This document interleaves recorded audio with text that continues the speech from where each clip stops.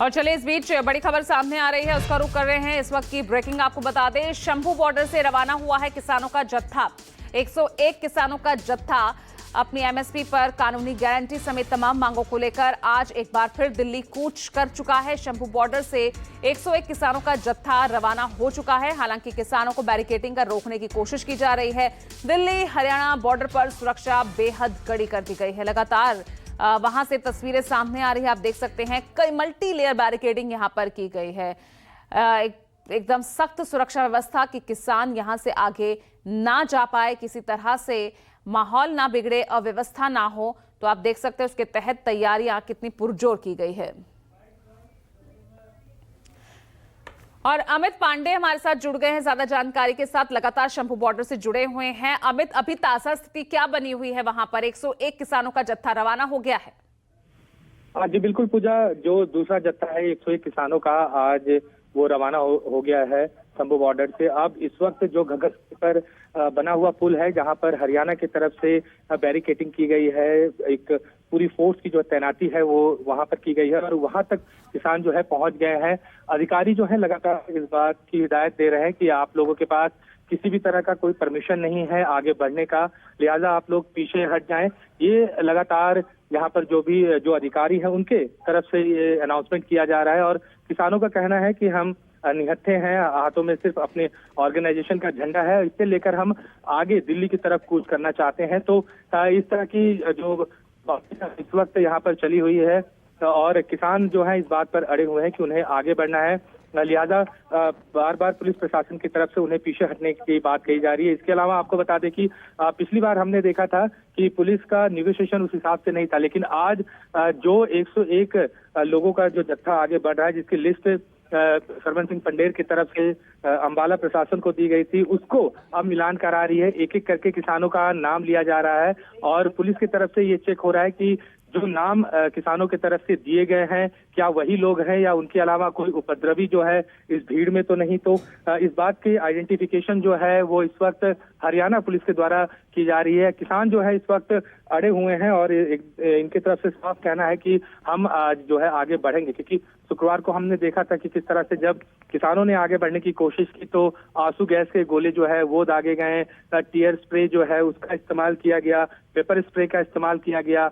लिहाजा आज तैयारियां जो है वो दोनों तरफ से दिख रही हैं। किसान जो है आंखों में उन्होंने गॉगल्स लगाए हुए हैं, उन्होंने अलग अलग तरीके से जो मास्क है वो लेकर आए हुए हैं। दूसरी तरफ भी जो पुलिस पर्सनल है वो पूरी तरीके से इक्विप्ड है और भारी सुरक्षा बल जो है उसकी तैनाती की गई है। उसके अलावा फायर टेंडर भी लगाया गया है और कई सारे ऐसे यहाँ पर आला अधिकारी मौजूद है जो सारी परिस्थितियों को देख रहे हैं और राज्य सरकार को भी इसकी जानकारी जो है वो दी जा रही है। वाटर कैनन की दोनों तरफ जो है वो तैनाती की गई है। बड़े बड़े टैंकर जो है वो लगाए गए हैं ताकि अगर किसान आगे बढ़ने की कोशिश करते हैं या ट्रैक्टर ट्रॉली या किसी भी तरीके से कुछ आगे बढ़ने की कोशिश करते हैं तो उन्हें रोका जाए।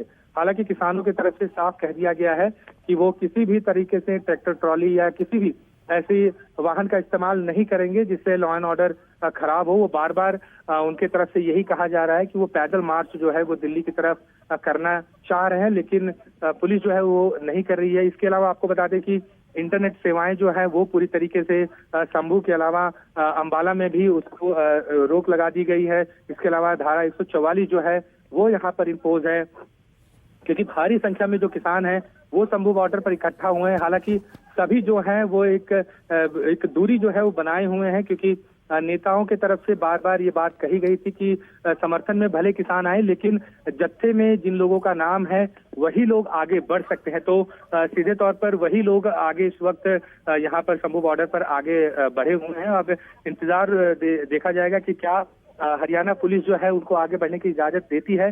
हालांकि स्थिति देखकर ये बिल्कुल ही नहीं लग रहा कि किसी भी हालत में पुलिस जो है उन्हें आगे बढ़ने देंगी, क्योंकि साफ तौर पर अधिकारियों की तरफ से ये बयान दे दिया गया है कि किसी भी तरह का कोई परमिशन जो है इन किसानों के पास नहीं है, ऐसे में ये इन्हें आगे बढ़ने नहीं देंगे।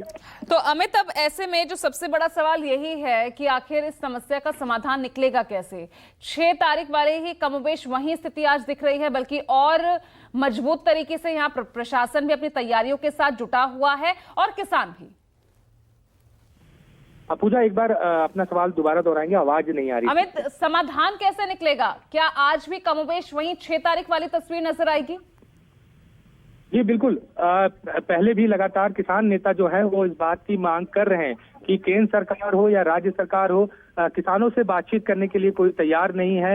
वो जब तक बातचीत का रास्ता नहीं खोला जाएगा, ये डेडलॉक नहीं खत्म होगा, क्योंकि 298 दिन हो गए हैं यहाँ पर किसान जो हैं वो डटे हुए हैं। ऐसे में किसानों की तरफ से साफ ये कहना है कि जब तक इस मसले का कुछ मसले पर कोई बातचीत नहीं होती या इसका हल नहीं निकाल लिया जाता, वो पीछे नहीं हटेंगे। अब ऐसे में अगर किसान यहाँ लगातार बैठे रहते हैं, न सिर्फ किसानों को बल्कि आर्थिक नुकसान जो है वो पंजाब को भी हो रहा है, हरियाणा को हो रहा है।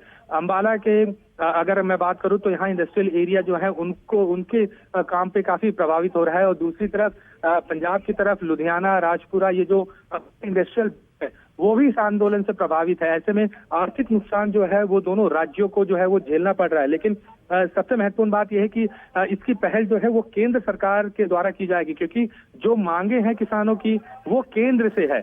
ऐसे में अगर केंद्र सरकार इनसे बातचीत नहीं करता तो ये डेडलॉक इसी तरह जो है वो चलता रहेगा। और लगभग 1 साल होने आए ये किसान जो है शंभू बॉर्डर पर अपना घर परिवार, अपना खेत जो है वो छोड़कर बैठे हुए हैं। ऐसे में सरकार को इस स्थिति को साफ करना होगा कि क्या कोई बातचीत किसानों के साथ होगी या नहीं, क्योंकि किसानों की तरफ से कह दिया गया है कि वो हर दिन इसी तरीके से जत्थे जो है भेजेंगे, वो कोशिश लगातार करते रहेंगे दिल्ली जाने का। वैसे में हर दिन अगर संघर्ष देखने को मिलेगा तो कहीं ना कहीं ये स्थिति जो है वो आने वाले दिनों में खराब हो सकती है, क्योंकि जो तस्वीरें हमने देखी पिछले दिनों वो अच्छी तस्वीर नहीं थी। जिस तरह से 15 से 16 किसान जो है शुक्रवार के 298 दिन हो चुके हैं और एक के बाद एक इस तरह से जत्था रवाना होगा और यही संघर्ष दिखेगा, तो वाकई में यहाँ पर कई अहम सवाल यहाँ खड़े हो जाएंगे। बहुत बहुत शुक्रिया आपका अमित इस तमाम जानकारी के लिए। एक छोटा सा ब्रेक ले रहे हैं, खबरें लगातार जारी है।